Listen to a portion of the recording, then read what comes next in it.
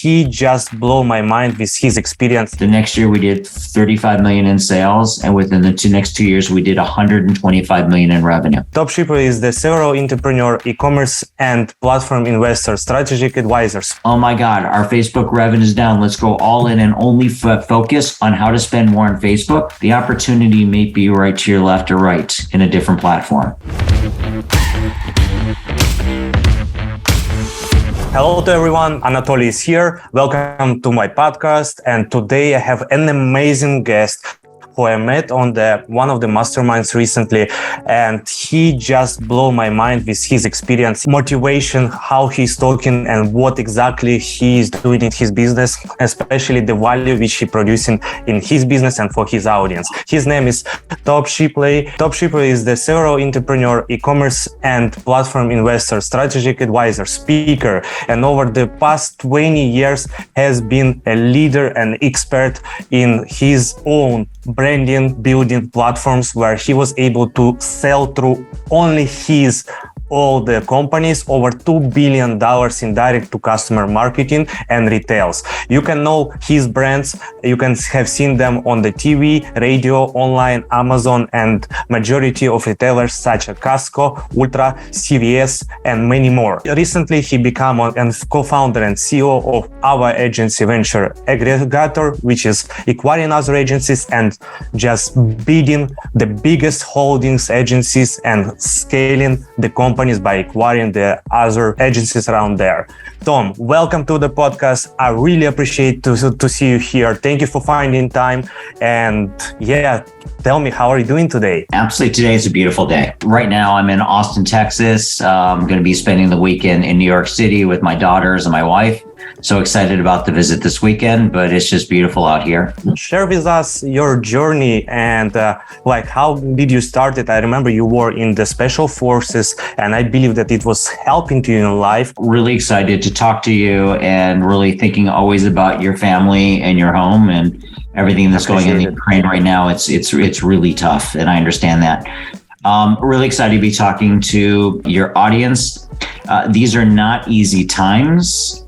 But what I can promise you this is that if you think strategically and long-term, I don't care the size of your business, this is the opportunity that can be the defining moment in your life. And I'll just give a couple examples and I'll go back to my background. Sure.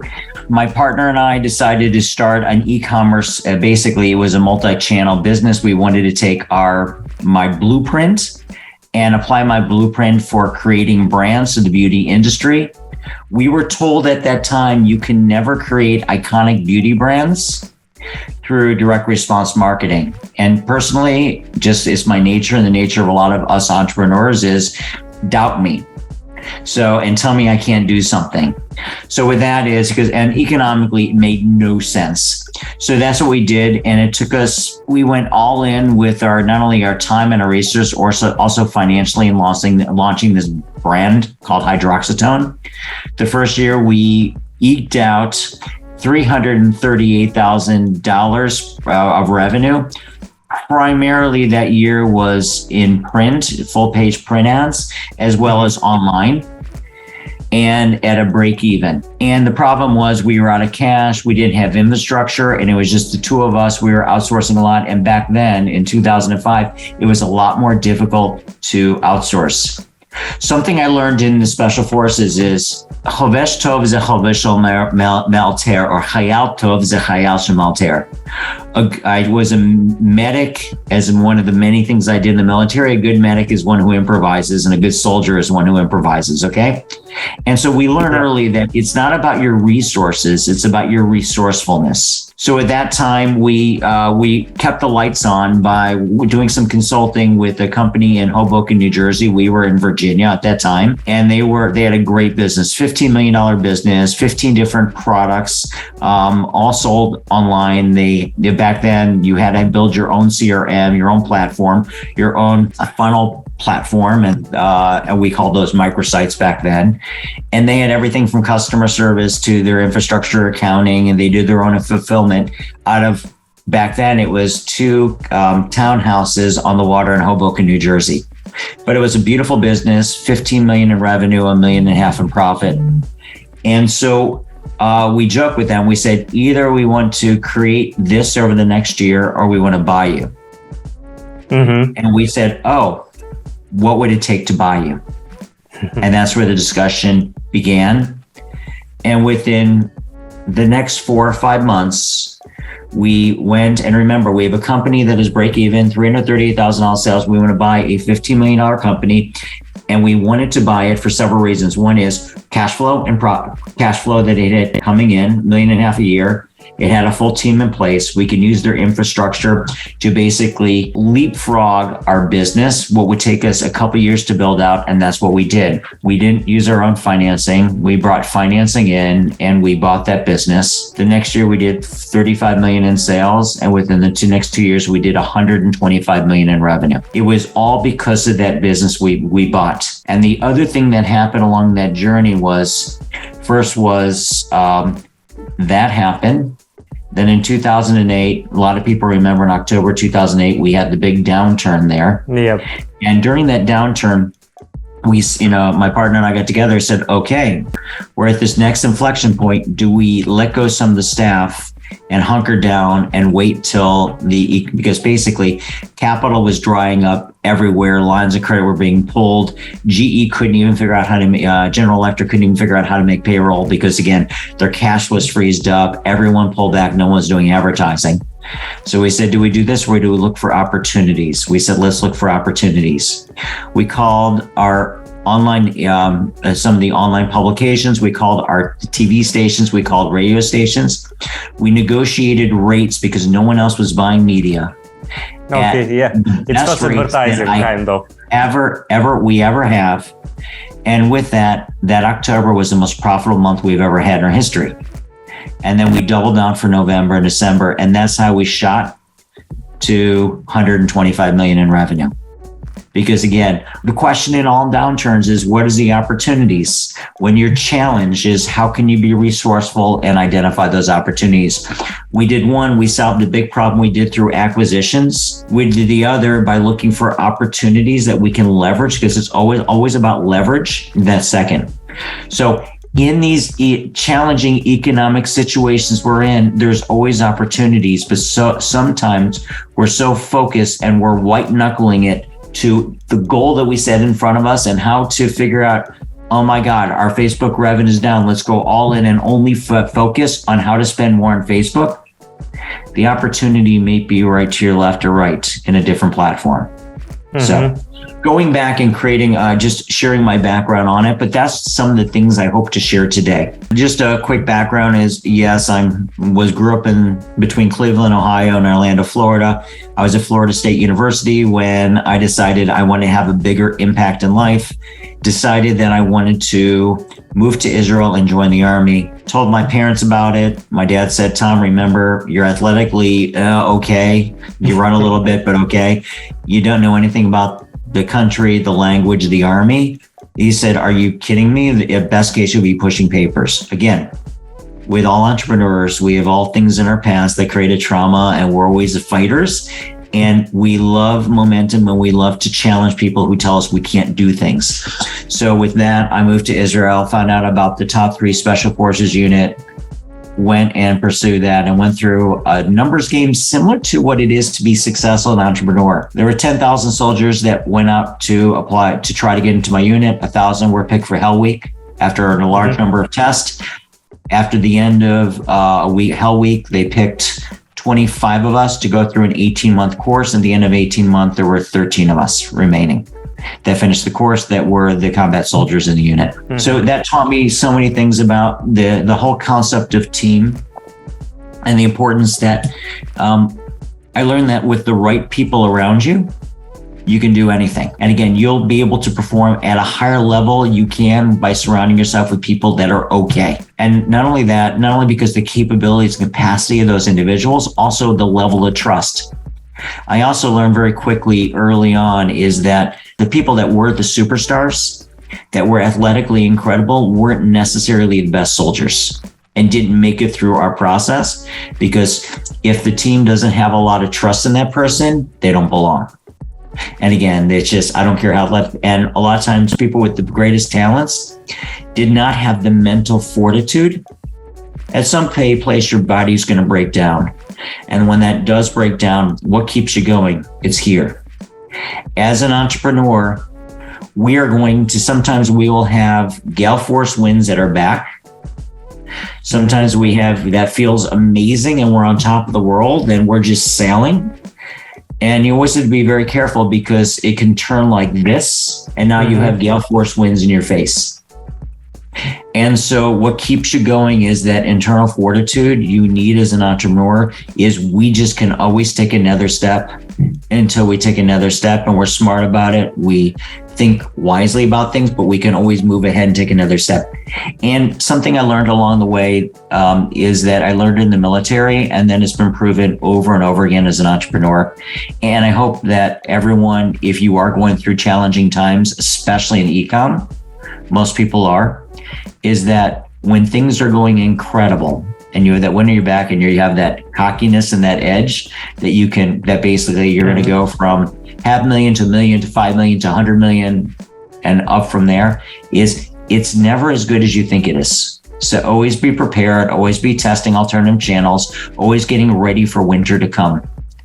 But when you are at the edge of a cliff and you know you have no options, and everyone else is telling you to quit because you're done, it's never as bad as you think it is.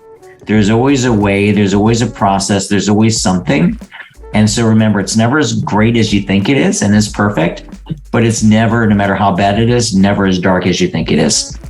So I learned so many incredible things in the military that I can say that the foundation, a lot of my philosophies in entrepreneurship, including leadership, such as lead after me, I lead from the front, is what I learned in the military. After that, I came back to the States. I've understood marketing and business development. I love product. I did not understand the science of how a business operates. So I got carried away and got 2 degrees in industrial engineering. 21 years ago, I started my first Web 1.0 business. It was a online store we mailed out millions of catalogs, as well as there's the in-flight magazine called Sky Mall. We had 14 pages in Sky Mall. It was a beautiful So back in 2001. Am I right? 1999 through 2000, yes. I can imagine what kind of startup it was. Oh my God. But and it was a boom.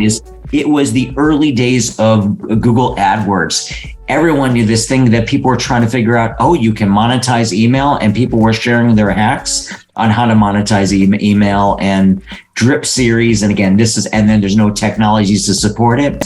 So it was a very, very cool period of time. At that point is my first experience in outsourcing overseas. And I had my development team was based out of Bulgaria back then. Then it was a lot rarer to be able to find that, and finding great programmers that you trust that did amazing jobs, and communication was different, a little more complex. So it was a beautiful period of time. It was primarily a business to consumer focus with the business to business piece. Now I'm going to stop right here before we talk about Atlantic Coast Brands. That, as you said, through our brands at Atlantic Coast Brands, we sold over $2 billion of products.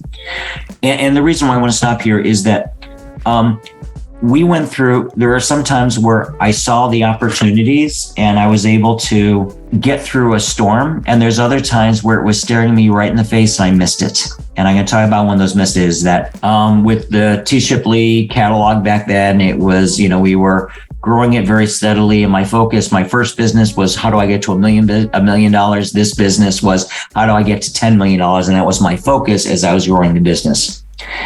And the first thing that I really focused heavily on is, how do I optimize our online media spend? How do I optimize our catalog? How do I develop better merchandising, better product, better presentation, better offers? How do I get better conversions in our call center? And really focusing on the business consumer side of the business.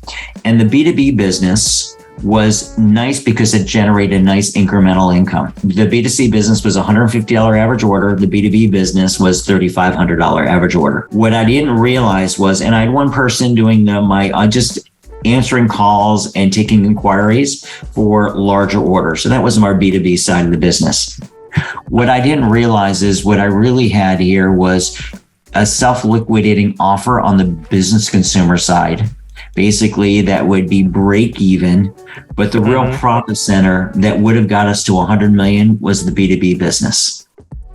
I didn't recognize that, and we had an incredible customer acquisition engine, but the real money and the real growth vehicle, if we would have leaned into it, was the B2B side. And again, sometimes we're so focused and white knuckled at something. There's a great book. It's very short. It's under 45 pages, I think, called U Squared by Price Pritchett. And U Squared. So he tells a story about if you ever go and there's sun coming in through a window and you see a fly somehow gets in through a cracks and is flying around your room, and then it starts going at the glass, going at that sunlight. And it bangs against the window, keeps on going, trying to get through that glass until it falls from exhaustion. Then it rests a little bit, goes up and keeps on going and frantically trying to get through the glass, and then finally falls. And eventually over time, the fly dies. Yeah. If the fly would have just taken a step back and gone out the crack it came in from, the solution is right there. And he just never thought about it. Same thing with us. Sometimes we're so focused on what's in front of us, we don't understand that the answer could be 3 degrees to the left, 3 degrees to the right or left. That is a great example.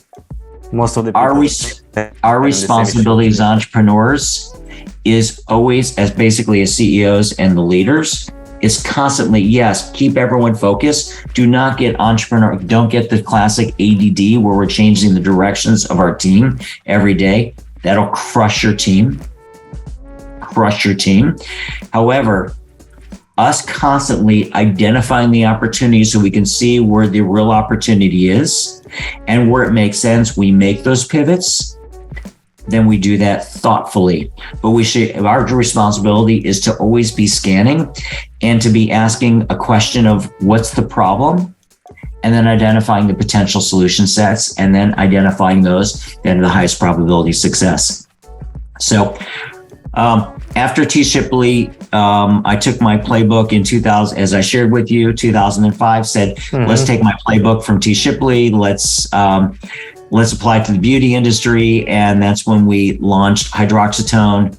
And we had that incredible growth. That first brand, hydroxytone, over its lifetime did $1 billion in revenue through always the biggest channels were online, but we did short form TV, short form radio, print, direct mail, across all channels. I'm always looking for underpaid attention where we can achieve the highest ROI. I really don't care about the channel because I know that this is really important for everyone who markets online, is every channel over time will die.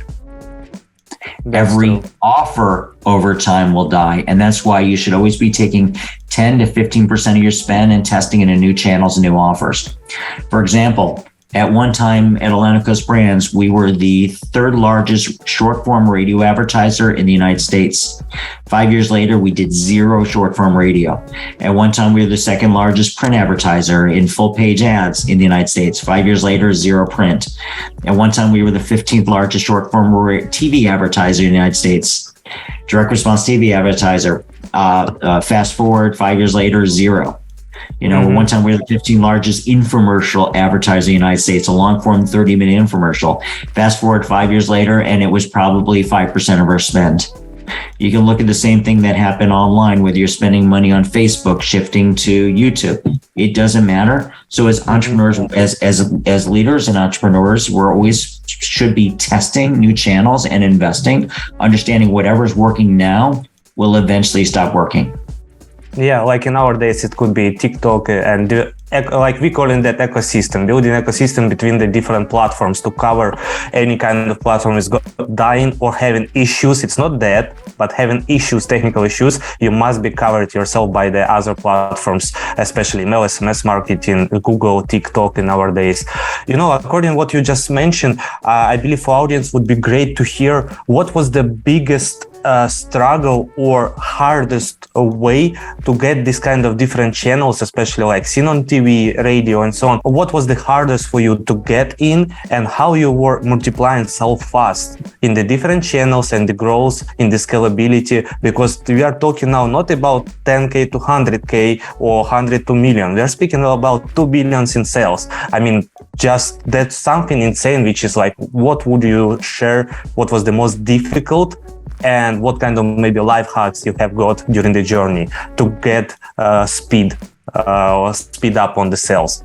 Yeah, so let me share this. Is first of all, the most challenging is infomercials, and I'm going to say it is something that had its day. I would not recommend anyone get into long form 30-minute infomercials on TV, because the investment is your cost to get in for quality infomercial plus your media buy is going to run you close to $1 million. Mm-hmm. And if it doesn't work, you can tweak it a little bit, but either it works or it doesn't. So you're taking a massive, it's a roll of dice, but also as an efficiency of a channel, it's a fraction of what it used to be, because it's not as efficient. The cost of media relative to the what you can get is from conversions and what your media cost is. So I'm gonna say that was the biggest challenge and the biggest gamble we took, was getting that to work. We did 2 shows. One worked really well, which grew Karenique, and the other one we did for Christy Brinkley Beauty, which did not work. So it just won after a big investment. And that's just the nature of things and that's why we did 2 different shows, 2 different products. And one took off, one didn't. Overall, let me share with you one of the most biggest challenges that I had, and which gives an idea on the way that I think and the way you can scale your business. You don't have to have, breakdown is always the context for breakthrough. And I hate that, because some of the biggest breakthroughs you can have them today without having a breakdown. But a lot of times when a breakdown happens, it forces you to reassess everything and change your operating assumptions. So what happened was that in 2018, again, businesses go up and down. We had a tough year in 2015, 2018. We were riding high again. We were making close to between $600,000 to $800,000 a profit a month. We had offers to buy our business between $55 to $85 million. It was a really exciting time for us. And again, we've been writing this for a while. We've been working hard, staying focused on the business. And so these were exciting times. And remember when I said it's never as good as you think it is? And just then we got a call coming in, and that our manufacturer, which is the only licensed manufacturer for one of our FDA approved products, went bankrupt. Chapter 7, locks on the door, and therefore no one can access the formulas, the products, nothing, but it's an FDA license. No one can just come and start manufacturing it. It has to go through a whole approval process, or it just takes a lot of time through a whole bankruptcy process. And when you have an auto ship product, when you stop shipping your auto ship product on a monthly or bi-monthly basis, is your customers just start canceling as you start attriting. And if you go at 3-4 months without shipping your clients, basically you're done. And so that's what happened. Every month we started losing more customers from our ship perspective. And by the time we finally got up and running, we tried a few things to turn things around, some different programs that did not help us. And matter of fact, it probably hurt us, because we were swinging for the fences at that time and trying to keep the deals to sell the company alive. And fast forward to spring of 2019, we were losing $600,000 a month. Our bank said, our bank who had our large line said, we're calling your line, and you guys that's it, you're done. And we were trying to put together a plan. And I remember I went out to my first mastermind meeting with Russell Brunson's Inner Circle out in Boise, Idaho. And it was really interesting. And typically I keep my problems to myself. I don't share my problems. I don't share my issues. I love to help people, but that's it. And I was encouraged to be open and vulnerable. So I was extremely open at the meeting. I said, And before I went to the meeting, my wife came out with me and we were going for a run on the Boise River. And it was one of those days where it was gray out and it was almost had such a high humidity that it almost felt like it was spitting. And we're running along the Boise River and my wife's, I said, Pam, can we talk about it? She said, let's talk about it. I said, can I go really to the dark side? She said, let's do it. She said, so what's the problem? She always starts with what's the problem. She knows what the problem is, but I share with what the problem is, ran through it again. And she said, okay, what if you can't turn this around? What happens? And she said, we said, what is left on the table for you to do? I said, well, our head of marketing said he's out of ideas. He can't do anything. We're done. And the bank says they're done also. So she said, so what's going to happen now? I said, if I can't figure out a way, if I can't come up with a plan that's impossible enough to be possible, then what's going to happen is that we'll be out of business. The bank will liquidate the assets to try to get back whatever cash they need from it and even sell the company at a loss. I said, there'll be 1,000 people in our ecosystem will probably lose their jobs. She said, okay, and then what? I said, well, based on the way we're structured from a tax perspective, as well as liens on the business, we'll probably lose everything ourselves financially. And she said, okay, and then what? I said, well, we're going to lose the house, maybe the cars. And she said, and we'll be living. I said, we'll be renting an apartment. And she said, and then what? I said, then we get to work. And she said, where are we in 5 years from now? I said, looking at a liquidity event, we'll be selling our next business for $50 to $100 million. She said, so what are you worried about? And I was having those weak at the knee moments and I went, wow. And with that, I went into Russell's inner circle and I said, okay, here's my problem. What are your ideas? And people started rapid firing ideas in the hot seat. And I started just jotting them down. And then after that, I went and called, I was in another mastermind. I called Perry Belcher, I was in War Room, Perry Belcher, Ryan Dice, Roland Frazier. I said, what ideas do you have? And also Richard Lindard, and they shared some ideas. And then they gave me other people to talk to. Then I went back to my team and said, what ideas do you have? Now, here's the important thing is we always have too many ideas and we need to stay focused on a plan. But what we did is I ranked every idea by, first of all, is the magnitude of impact. Does this have, if we succeed, is it a $5,000 profit impact? Is it a 20? Is it a 50? Is it a $100,000 a month impact? The next thing I did is, so the size of the impact. The second thing I did is ranked it based off of the amount of resources that it require. Is this going to require a lot of programming, a lot of the team, big focus, and big dollars to test it and to roll it out? The amount of resources. And the third thing I ranked on is the probability of success. The certain things could be worth take a decent amount of effort, massive return, but the probability of success are 1%. We're going to start and we're going to basically go all in on TikTok and we're going to start spending significant money. We're going to hire creators to create, again, it could be in that way, but what's the probability of success? We never did before. We don't have a good benchmark on it, for example. So what is that at that period of time? And so with that, we ranked everything and then identified those that had the biggest impact, lowest amount of resources, higher probability of success. And that was the first thing we started just tackling. And I got the team together and we just started, we did some shakeups internally. We let some people go. Some people left, didn't have the fortitude to stay with us. I hired 2 superstars to came in and together our team came together like nothing else. And we went to work. And it was probably the best 12 months of my life. It was exciting. Yeah, it was scary because we had a lot to risk, but the team got together in such a way and we started having such big progress, focusing on those items that are highest impact, lowest resources, and highest probability of success, and just win after win, loss, win. Remember, in direct response, you never win in everything. You always learn and you go forward. There's no such thing as failure. It's just learning. And every week we got together, we looked at the results, we read the results, we challenged the results to make sure that they were real. We retested and then we rolled out and we reprioritized on a weekly basis, making sure that we're always based on a learning, we're always focusing on the right things. And that was exciting. But let me share this is that if you're not constantly doing the same thing in the business, you're losing opportunity.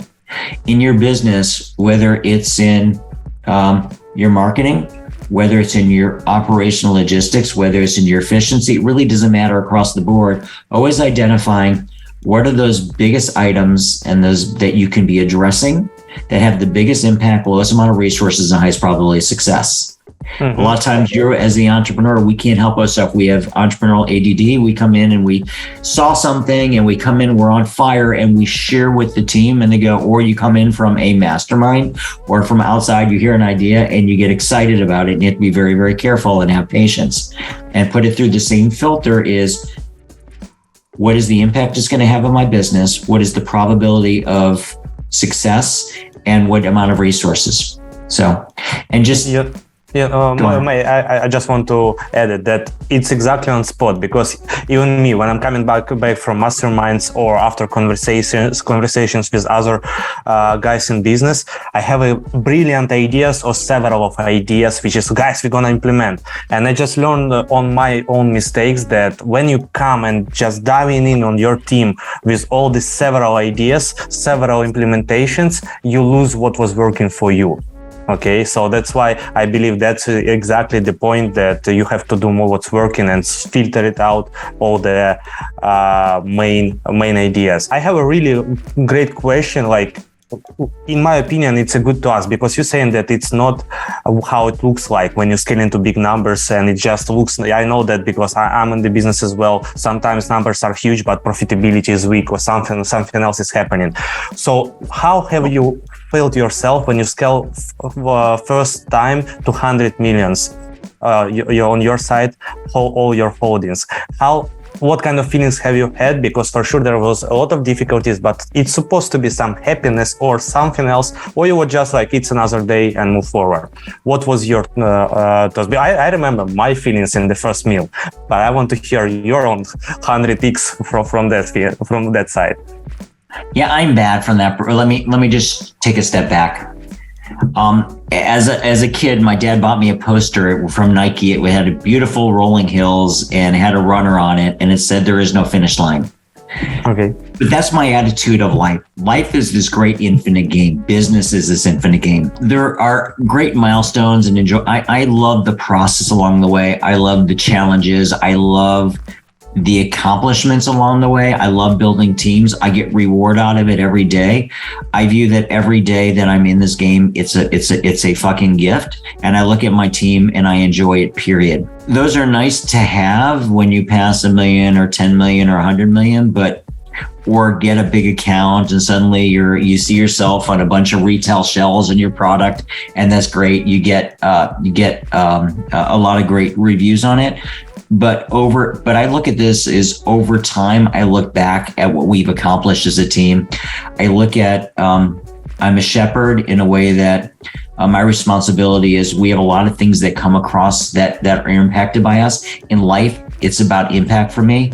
My responsibility when a person comes working for me is understanding that they're here for a finite period of time. It might be a year, it might be 5 years, it might be 10 years. My responsibility is to drastically increase their skill set and what they view and their enjoyment of the process, so they have bigger opportunities in life. So it's tough for me to say, how did I feel when I passed those milestones? Because I'm always looking for the next hill to climb, because to me, this is just the rich journey of it, and there's never any finish line. It's just, therefore people say— You just cross the line. You cross the line, say, oh, and I'm getting better at celebrating it. It's celebrating that for them, because basically all the successes we have as entrepreneurs, which, remember this, is all our successes are due to the team. All the failures, every single failure you have is because of you.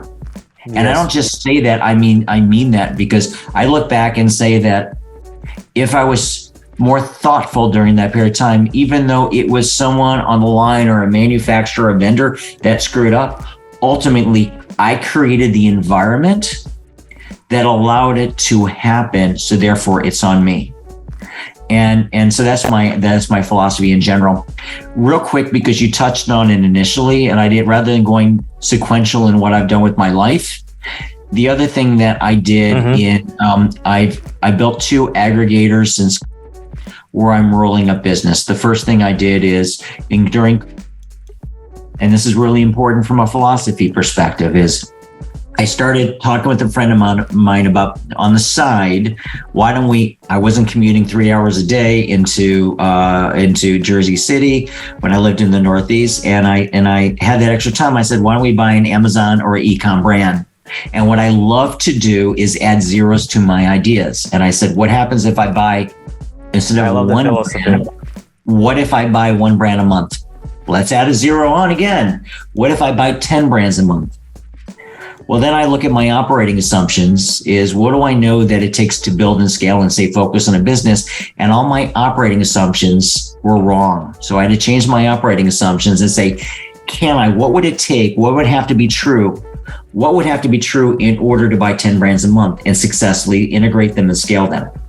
Mm-hmm. And if I do accomplish that, what would we have? I said, well, we have a better model to scaling and building consumer product goods company, and I compete with Johnson & Johnson, L'Oreal, Estee Lauder, Church & Dwight every day. With that, I went out and talked to 7 private equity firms, and I raised $100 million to launch Foundry, which is doing incredible. And my job for the next year was to create the foundation and help hire the team, as well as bring in a CEO, which now my private equity partners and our CEO is doing a great job of running that business. Then I decided to jump into my next aggregator, and I'm doing that with Peter Lang and Felix Velarde, which were aggregating digital agencies. We're acquiring somewhere about 5 agencies every 90 days. We closed our first one 8 weeks ago. We're closing 4 more the last week in October, and then we're going to close 4 additional ones. They're all set to close in November. And then we'll do our next group in February. And from our perspective, and the operating assumptions for this model are different than what I used in Foundry. It's because all businesses are different. This, as you know, advertising agencies are human capital creative shops, and your CEOs are different. And if you approach the CEOs and you approach the senior or the succession team, is what I call it, if you approach them with the same spreadsheets, SOP of process, or what I call sharp elbows, you're going to lose the founders, and you're ultimately going to lose the succession team, and therefore you're going to lose clients. It might work for the WPPs and the large companies of the world that are doing aggregation, but if I'm buying $1 to $10 million agencies, it doesn't work. And therefore we have to have a people-centric approach, which keeps the founders engaged and passionate and keep on doing what they're doing, and the team. And that's what we've done with AVA, which is a conversation for another day. But that's essentially where my focus is we're creating a brand new model, a transformational model, the way all roll-ups, regardless of industry, are doing. And the other thing we're doing in our model, because we can only buy 20 to 30 companies a year, therefore, how much impact we can have is limited to that. So therefore, we're also teaching everything that we're doing through different events and courses and programs, because everyone has the ability to do acquisitions and solve most business problems through acquisitions. Awesome.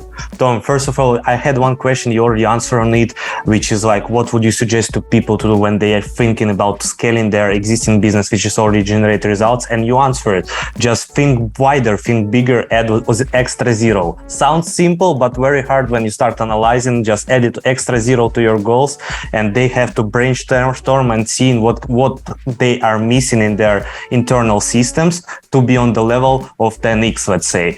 So it's a perfect example, which is really, I would say, impressed and motivated by that, because when I heard that first time from you, when we meet in person, it is exactly what many entrepreneurs are missing, just thinking bigger and do more what's working in the system instead of implementing several things. Tom, it's about to end by time, and I just want to ask you if some of the agencies are listening to us, or maybe brands, and they would like to discuss with you or your team about how they can become a part of your holdings. How they can speak to you, how they can reach out to you? Can you please share the details? And I've put them under this video and podcast, so they will be able to find you fast. Okay, so a couple things one is you can go to our website, which is avaacquisitions.com. AVA is Agency Ventures Aggregators, but it's avaacquisitions.com. You can always you can go there. There's forms that you can fill out and email and contact through that. My personal website is tshipley.com. And you can go there. There's a contact form you can reach me at, or follow me on social media. I do regular posts a couple times a week with my philosophies from a CEO perspective, and also updating what we're doing. I do it on Facebook is my main platform, but also Instagram and also LinkedIn. So feel free to follow me there or reach out to me on LinkedIn. Awesome, Tom. That's for sure super helpful, and I'm looking forward that some of the great people are gonna be reach out to you, because this is something what can help them understand how to grow their businesses faster and help you as well grow yours. Anyway, Tom Shipley was with us. It was really huge pleasure to see you here. Thank you so much for your time and sharing your journey, sharing the values with our audience, and looking forward for our new podcast together. Thank you, Tom. Okay. Well, I appreciate you. And my passion is entrepreneur. So any way that I can help out, it's my passion in life. And I appreciate everyone. Thanks. Thank you.